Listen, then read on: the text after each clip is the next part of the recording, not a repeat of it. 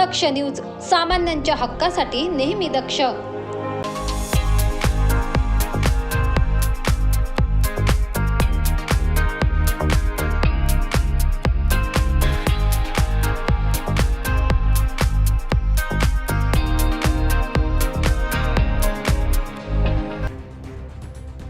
सिन्नर तालुक्यातून एक धक्कादायक घटना उघडकीस आली आहे. सिन्नर तालुक्यातील पूर्व भागात लाल कांद्याची चोरी झाली आहे. सिन्नर तालुक्यातील शहा येथील बाबासाहेब धोंडीबा फटागरे यांच्या गट नंबर 271 शहा पात्रे रोड येथील लावलेल्या 3 एकर कांद्यांपैकी 10 गुंठे कांदा चोरट्यांनी लंपास केलाय.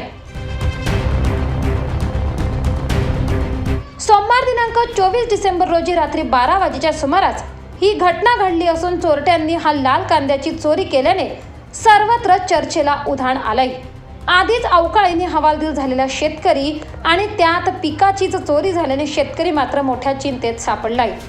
दरम्यान या संदर्भात अद्याप कोणत्याही प्रकारचा गुन्हा दाखल नसून नेमकं कांदा चोरीचे कारण काय असा प्रश्न सर्वांना पडलाय. बाळासाहेब सोनवणे, दक्ष न्यूज, सिन्नर.